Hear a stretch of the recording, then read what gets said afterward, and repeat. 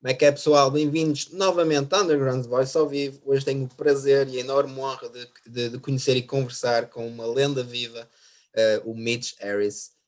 Thank you so much for being here. It's a huge honor to meet you, such a legend. It's really for me. Well, everyone knows you and your work, and everyone knows Dirk and his work too. You both have huge bands and projects all over these years, and your work and path is highly recognized. So, which are the reasons to create Brave the Cold? Um, well, I was not touring with Napalm anymore. I came home to help my family with some health issues, and I had a lot of songs, and I was looking for a way to record them. I thought of some people, and Dirk was a good friend and into extreme music and a very great drummer, awesome guy. We were emailing, and I said, "Hey, what do you think of this song? Would you play on some songs maybe?" And I sent him that, and he said, "Send me as many as you can." I sent him like 40 songs, and he chose like I think 16 in the end. And I went to Los Angeles because I'm now in Las Vegas, so I drove there with my guitar, and yeah, before in 3 or 4 days we had a new band. Yeah, yeah. Is that fair to say that Brave the Cold is a perfect place to explore new things and challenge some limits that you guys probably have on Napalm Death and Megadeth? Well, sure. I mean, there's things on Brave the Cold that would never really. It would be very adventurous for Napalm. But it's also very old school at the same time. But there's something new. It's there's freedom. You can do whatever makes the song work. I don't just do whatever I want for the reason it's it's only to somehow complement the music. With the vocals. Musically speaking, it's similar to things I've done in the past. Maybe a little more innovative in places, maybe a little more primitive too. It just, it's just the nature of the song. If it is memorable and stays in my head, then somehow, I have to finish it so I can sleep. Well, Scarcity, the first album was released in October, and it have a limited edition to be released this month. And honestly, for me, it's one of the best albums of the year by far. Um, Oh, Not only because it's incredibly good, but also because it's surprising. It's kind of unpredictable, really creative. It's something new and fresh. Um, that's my opinion. And you, which is your opinion about this album? thank you. I think, well, it's new and fresh, maybe because sometimes you're listening to one song and you say, uh-huh. I get it. Yeah, that's his traditional vocal style or traditional guitar style. And then the next song comes and it's like, whoa, hold on. I thought I knew what this was, and it's changing all the time. Maybe there's 5 or 6 different vocal styles, Yeah. which is also good. Before 30, 40 minutes of music, it's for me, it's interesting to have dynamics, something different. With Napalm, we also try many different vocal styles now to make, to keep it interesting. So it's not, the same voice and stuff. So that's what made it fun for me. Also expanding on the lyrics, having enough space to write an album's worth of lyrics with a theme. It's not really a concept album, but it's more like just based on dystopia, the apocalypse, end of the world sort of stuff. Which this was done over 2 years ago, and it's crazy how things that are happening now is what I was writing about 2 years ago. But it's stuff I found interesting, since I was maybe 18 years old, part of an evolution, and yeah, and here we are, and the world is upside down. Yeah, yeah. You were talking about the vocals, and yeah, listening to the album for the first time without searching for any information about, everyone would say that there are some vocals guests. But no, it's all you. It's just you doing everything. We can hear harsh vocals, clean vocals, screams, hardcore punk spirit, and it's all you. And you're well known for being a great guitar player, and one of the most creative minds on Napalm Death too. Why did you decide to do a new thing and try vocals this time? Um, I think around Diatribe's album, I started doing more backing vocals live, and that became a very fun part of the show. So, as time went on and we did more albums, I did more vocals, and there were times when it was a very good exchange between two vocal styles, and it made it more fun than just playing guitar. I could run around crazy, but I still had to go to the microphone and, you know, use my pedal and just, and yeah, it made it fun. And then I did an album. I think the Wolf I Feed on the Utilitarian.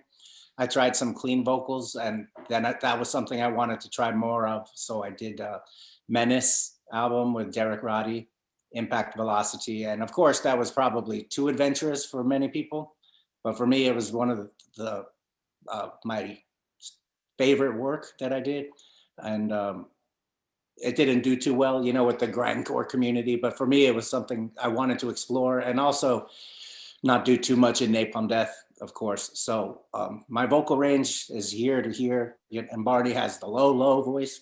So there's not much need for me to do all these vocal styles on the Napalm record, because he's like the front man, the lead singer. So with this time, you know, I would do my traditional voice, and I said, okay, that's cool, but it's kind of getting boring. I need to find a new voice. Let's try this, let's try that. And it made it fun, and it was challenging.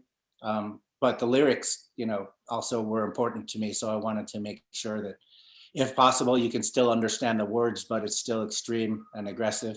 So yeah, that was the challenge. And yeah, I spent a little more time on vocals than anything. You know, the lyrics took time, but it also came very naturally. And yeah, I'm glad we did it. Yeah, Thanks for listening. it's awesome, and I really love this album. And beside all these different tones of vocals, you also compose and record all the guitar and bass for this album. So you did almost everything beside the drums. I was to pick up the bass again. You didn't record any bass since Defecation, maybe? Yeah, Yeah. maybe a few parts here and there on some albums, but yeah, my finger, it was hurting, a thicker string. But for me, I always loved clean bass. I like distorted bass too, because it's extreme in the breaks, but sometimes the distortion interferes with the guitar, and it's hard to get a good mix where you can feel the bass. It's more of a high end attack. So I wanted to do clean bass, but also with some distortion if there's bass breaks. And I love Celtic Frost's bass sound, Martinane on Morbid Tales, and you know, even to Megatherion. But it was so, it's tuned to E, very, you know, standard tuning, but it was so heavy because of the bass. So I thought in metal music, bass is lacking. It's not, you know, it's more guitar and double bass triggers and screams, you know.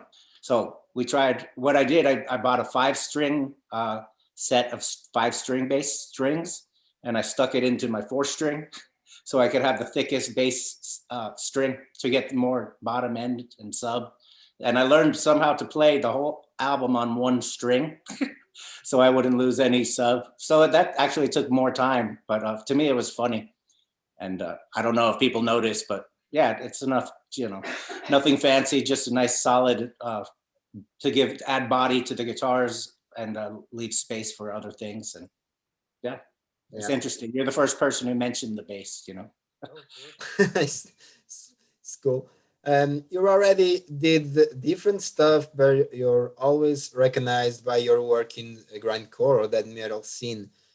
Scarcity is all that, but you can also hear some many completely different influences from Voivod to Creator, Celtic Frost, like you said before. Can we say that this album is kind of mixed between your materials, your ideas, and your influences too? Well, yeah, they were major influences on me when I began to write songs in Righteous Pigs and Defecation. But also at that time, we were doing a more, you know, grind sort of approach. So I love early thrash and, you know, the German style stuff. And, but I never, my voice has always kind of sounded like that. And I didn't want to do vocals at that time and be compared to Creator, even though it was one of my favorite bands. But as time goes on, you know, I mean, I never tried to do anything. It's just, it all happened naturally. And once I sing, that's my voice. And this is the influences that happen. It goes, you know, back to late 80s stuff, really. But again, there's still, you know, you mentioned Voivod, and there's weird, strange chords and, you know, different, like clean vocals, but robotic style, strange, abstract, you know, sometimes melodic, sometimes just weird. And yeah, you mix it together and it makes something modern that maybe new bands of today don't have those influences either. So maybe that's why it also stands out. And it has a modern production, but it's also, to me, it sounds organic and quite natural. So, you know, to a point. And I don't like when it's over processed and, you know, same drum sound, the same, everything is the same nowadays. So somehow I think Logan Mader did a great mix. And, you know, he was good also for advice when I said, I don't know this voice or that voice, you know, high or low. He's like, both of them sound good together. I'm like, okay, but I don't want always four voices to make one okay sounding voice, you know, so we had to make decisions. He helped me with that as well. Mm-hmm. It would be my next question. The album was produced by Logan Mather. Why did you choose? Why did you choose him to produce this album? Well, I mean, we've been friends for years. They did the first ever tour with Napalm Death, and we shared a bus. And yeah, we've always been friends. He lived in Oakland, California, and Los Angeles. And one day I saw him here in Las Vegas playing with his band Once Human. And I said, what are you doing here? What the fuck? He's like, oh, I live here.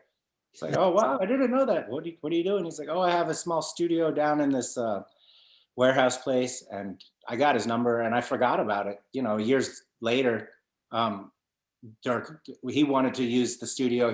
His friend has um, um, Adair. He's from Brazil, awesome guy. And so I went to stay with Dirk, and we used his friend's studio in North Hollywood, and we did the drums, I think, in 4 days, and we had a great time. And Adair was like, "Yeah, man, it's got the vibe, the old school vibe, man. This is the real deal, you know." And I was like, "Wow, cool, you know." But still a lot of work to do. I don't know. So then I took it to Las Vegas, and my friend's studio, Tone Factory, Hugo Castillo and Vinny Castaldo. Vinny I've known since like 1984 or something, and he has a great studio. So I did guitars and some vocals there, and then and we did some mixing. But then I've realized it's, you know, it's very difficult to mix this kind of music, even with Napalm Death. It's like, if you're a live sound engineer, believe it or not, it's one of the hardest bands to mix, because there's fast and slow and dynamics and these things that people don't notice. There's a fine art, you know. So anyways, I said, Logan, let me come by with the songs and, you know, see what you think. And yeah, we made some changes, and I was like, okay, it's starting to sound more like how I imagined it. And yeah, now he has the studio at his house and in the living room, and he had a vocal booth in there. And sometimes his cat would come into the vocal booth with me when I'm screaming my head off, and I'm thinking, dude, you know, tell the cat. I mean, he's gonna get scared, but the cat was loving it. It was climbing on the walls when I was doing vocals. I'm like, that's crazy, man. I'll never forget that. So yeah, me and the cat, we're like friends for life now. I guess I sing in cat language. Yeah. That's awesome, man. That's awesome. And somebody said on a YouTube comment in one of your video clips that this album is more Napalm Death vibe than the new Napalm Death album, actually. And it's that because you always were the main composer in Napalm songs, and without you, they're more experimental. Is that true? Well, we always shared the writing equally, me, Shane, and Jesse. Mhm. Shane always had, you know, great songs. Also, Shane and Mick wrote Harmony Corruption. Me and Jesse only did one song.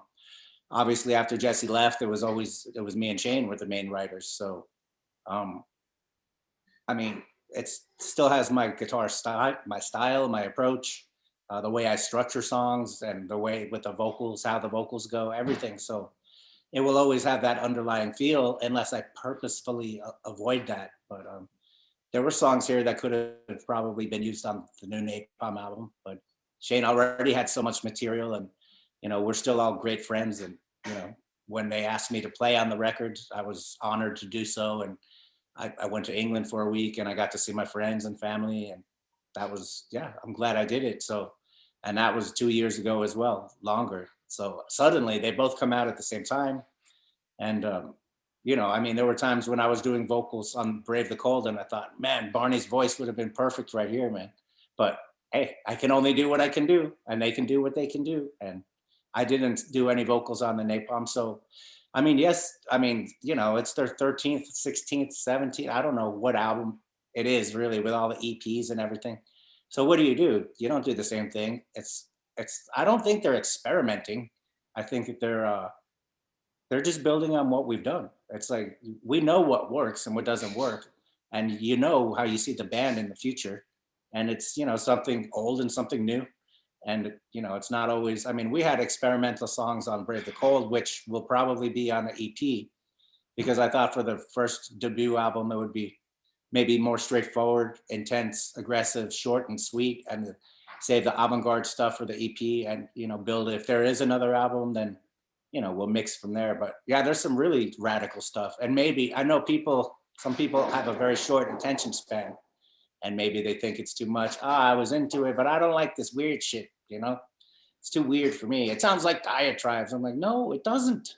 It's like, we learned, from experimenting then, but now it's not that we know what works. It's like, we know what we want to do. You follow your heart, both bands. And, I think people were maybe more surprised in the order of the new songs that were released by Napalm, the singles that came out. They're like, oh, I don't know if it's, but when they hear the album in full, in context, they say, it makes total sense. And it's a logical progression from the last one. And maybe it's the best one. And, who knows, man? Everyone has their favorite era. And for me, the future is most important. And, we can't live in the past forever. So I support whatever they do, Well, we have two great albums. That's nice. Thank you. Yeah, there's some songs on there that I fucking love on that Napalm. So intense. I'm like, yeah, and it was hard to play too. I'm like, God, that's fucking crazy, dude. But yeah, I love it. So, but also thanks to people for listening to both. You already released 3 video clips, and they're obviously a reflection of society seen through your eyes. But why did you decide to make animated videos? Well, I don't want to make a music video like the Brady Bunch, like a Zoom meeting with me playing guitar, bass, and vocals, and switching this t-shirt for this vocal style, and having Dirk and 2 guys in a room thrashing it out, or stage diving, or whatever. I've seen it all before. And there really is a theme. And with the lyrics, to me, I found footage that I thought very much complemented the lyrics. And I tried it. We don't have a full operational band right now. So, and at the time it was quarantine and there was nobody playing together anyways. So yeah, I tried these ideas, and sometimes these pieces, these visuals land at the same time with the vocals, and I say, oh my God, it's a miracle. It's like it was made for each other. So I would do my own edits, and I would contact directors and ask them for permission. I said, we're a small underground band, maybe people will click on our video and find your other work, or maybe bands will offer you music videos in the future. And we had no budget, and please support the underground artists. And they were totally cool, very flexible. The apparatus guy actually did his own edit. He had a different vision because I combined 2 of his videos. And I said, that's going to be a problem, because with these people, they work on videos maybe 6 months, 2 years, 6 years. They have teams of people, investors. It's a whole crazy, it's a lot to ask. They must have spent money doing this. And they were very open. It's important, actually, that it says a lot, especially what's happening now in society. It's not just what's through my eyes, it's the director's eyes of the story. And sometimes it was a different angle of what the lyrics were, but it's like, oh yeah, if you look at it that way, it's actually perfect. It doesn't have to show exactly what I said. It makes it more artistic. And Yeah, there's another 3 videos to come. It's just a case of right now, everybody is concerned about other things like health and family and the future and your job and unemployment and elections and memes and just political bullshit, which I understand. But music, it seems to be not so important to many people right now. It's there's the loyal community, maybe 2 or 3 thousand people that need this as part of their livelihood. It's a lifestyle. They need this. It helps them through the darkest of times, and that's the people that matter to me. It's more different when there's big tours and you know you get big support from major publications and everyone's like, oh yeah, I'm going to the show. It's a big festival. I want to, you know, and then they listen to it before because they want to know the songs before the show. But I don't know if that's loyalty or not. It's more like it's a community. They want to go to see their friends and have new memories, and that's great. And without that, we're all kind of lost. I understand, but again, I appreciate you taking the time to spread the word. I find it's very quiet out there, not just for us, but everybody. So, I mean, how many movies were released in the last year? You know, they could spend so much making it. How can they just lose that money? So, also, many bands put their stuff out at the same time. It's like, fuck it, what are we gonna do? You know, but it's quiet, and I'm sure when it opens up, you know, it'll pick up and people will be excited again. But it's going to be a new way of life, I think, for a very long time. It's true. Well, is a protest band is like an anger cry against the society, economy, oppression, and all these political struggles. Does a band like that makes even more sense in 2020 on a pandemic context where all the good values are increasingly forgotten? It's important. It was always important, you know, in the 70s, the 60s, the Beatles, what they did, what they said. Yeah. You know, you say you want a revolution, but it's not a good idea. And, you know, imagine all the people and that stuff. And then you had the Doors, which were quite political, and Pink Floyd. Animals is the most political album ever made. And Sex Pistols, fuck the government, fuck the Queen, anarchy. But, you know, they taught us in school that anarchy is, you know, I see that on your backpack, kid, but it's not really, do you know what anarchy means? It's not a good thing. You know, so the punk attitude has always been hate the president, hate the world leaders. It doesn't matter who it is. They're all dictators, tyrants, and whatever. And many of them were. So people took sides this time, and this is just a crazy time. So I don't like to be too political. I like to talk about music and inspiration and, you know, ways to be stronger as a human race and how to survive. Right now, it's about adapt or die. You know, working together is more important than losing a lifelong friendship because they have different views than you for something that only lasts 4 or 8 years. You know, so it's important, I think. You know, but also other bands have gimmicks or theatrical approaches with an image or masks or makeup or sing about Satan, the devil, death, grind, destruction, whatever. It's like sometimes it should just be fun. It has to be fun. You know, if you believe in that shit and you believe it and you live it and breathe it all day, then okay, well, at least you're doing what you love. For me, I live and breathe what I'm talking about, but it's more personal. I will never force my views onto anybody. It's like, it's pretty obvious we're fucked. You know, think for yourself. I mean, does it help? Does it make a difference? I mean, I find it interesting content. It's unique and it, you know, maybe more original. And the words sound heavy. It sounds more brutal, you know, brutal. So, yeah, I like, I'm so inspired from Pink Floyd as a little kid when I bought The Wall and I read the lyrics and it was so deep, something a little deeper that it's not just, you know, screaming your head off. Like, you know, our parents would listen to it and say, hey, he's screaming his head off. What the fuck? I can't make a word, but it's actually important. But, you know, if, hopefully you don't have to read the lyrics to understand some of the words. But if not, you know, whatever, it doesn't matter. You still, as long as the energy is there, I don't care. Yeah. Do you actually have plans to play live with Brave the Cold?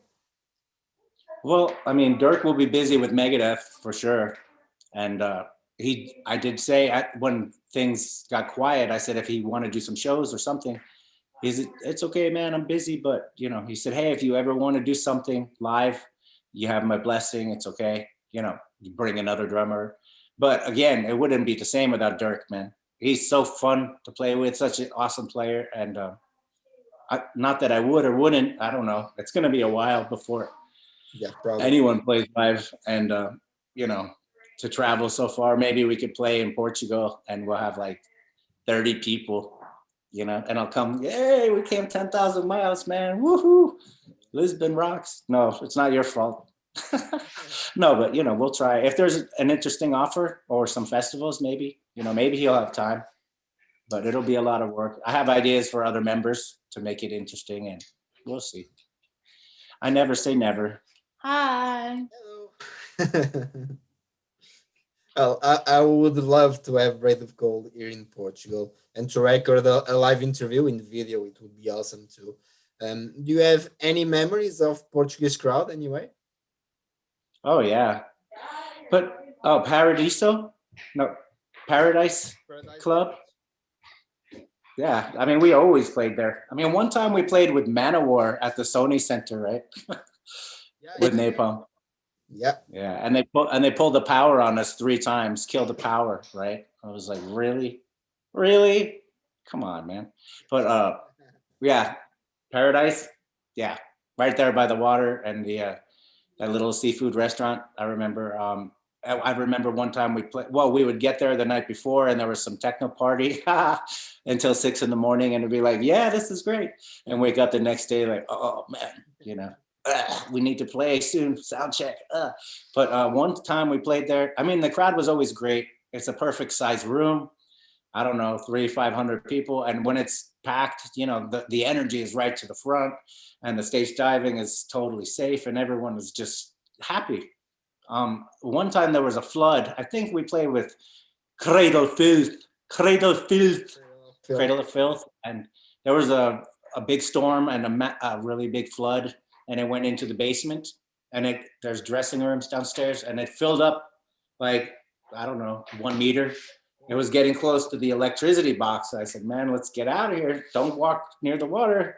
You don't want to get shocked by that kind of power. And yeah, I have great memories. And the promoters and the people, the friends, everyone was always great. And the community, I love it. Yeah. JP. Yeah. So after all that, can we say that Brave the Cold will be an active band or to release more albums in the future, or it'll kind of be more like a side project? See, it's funny that word project to me because everything is a project, really. The only difference is if you tour or not. I mean, I put the same energy into every album, every song, Yeah. maybe more energy into my other stuff, I mean, it's different when you have a band that's been going so long and you really have to think to choose the right songs. You write songs, but what fits on this album particularly? So to me, I mean, I played on the Napalm record, but I'm not touring. So does that make it a project band for me? Sorry, it's not. It's, my brothers, it's my life, like 31 years. So this is also like 31 years in the works. I mean, some songs go back to 96, some even older, some are brand new. And if we do some shows, with an active lineup, then, if we do another album, I would only work with Dirk, just me and him. And we could bring other people. I don't care how connected or if I get, the best guitar player in the world. It's like the way I work is quite abstract, very strange. It's not like you go in a room and you just jam for like weeks and months and say, oh yeah, that's a good song. It's like I do all the work at home and I structure everything before. And so when we come together, we can do more at one time and keep the atmosphere alive and keep the vibe going. Yeah, and it's spontaneous. You never plan anything, and we didn't play it too much. It's like it's fresh. It's the first time we ever played it, captured like a photograph. So yeah, people call it a project. To me, it's a band. It's a 2-man band. Yeah. And finally, thank you so much once again for being here. It was such an honor for me to receive you at Underground's Voice and to meet you too. Last words for the Portuguese fans and Underground's Voice viewers. Tudo bem. Oh, yeah. Tudo bem. I know that's the Brazilian version, but hey, how do you say it? Todo bien? Tudo bem. Yeah. Good. No, thank you for years of support, listening. I wish you and your family's health and happiness. Adapt, and somehow, life will improve. Many people are doing better than they were, and other people are having difficult times. So support each other, and somehow keep music alive, because we need this in our life. And just love your neighbor. That's it, really. Yeah. Thank you once again, and stay safe too. You too. Thank you. Have a great day. Night.